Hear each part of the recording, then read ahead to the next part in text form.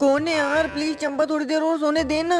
ठीक है, तू आराम से सो और इसका ख्याल रख जब तक मैं मार्केट से कुछ खाने के लिए लेके आती हूँ। रुक जा चंपा, इसका ख्याल तू रख, इन पैसों का ख्याल मैं रखता हूँ और मार्केट से सामान लेके आता हूँ। पता है ना क्या लाना है? हाँ पता है, चंपा के पैसों से तो मैंने ये बोतल खरीद ली, अब नॉनवेज का इंतजाम और करना है। चलो देखते हैं। सॉरी यार, कल मैं तुझे खाना नहीं दे पाया था। गुड मॉर्निंग मोटू, देख आज की मॉर्निंग को गुड बनाने के लिए मैं क्या लेके आया हूँ, पार्टी की बोतल। ओह वाह, पर तो ये लाया कहाँ से? रुक जा बताता हूँ, इधर आ। वो बात ऐसी है, चंपा ने मुझे नॉनवेज लाने के लिए पैसे दिए थे तो मैंने ये बोतल ले ली। वो सब तो ठीक है, पर तू अब क्या आ गया भाई तेरे? उसमें करना क्या, वो तो मेरे सामने ही है। इसका मतलब दोस्तों पार्टी तो guys, like करना है। लाइक करके चैनल को सब्सक्राइब कर देना और कमेंट कर देना।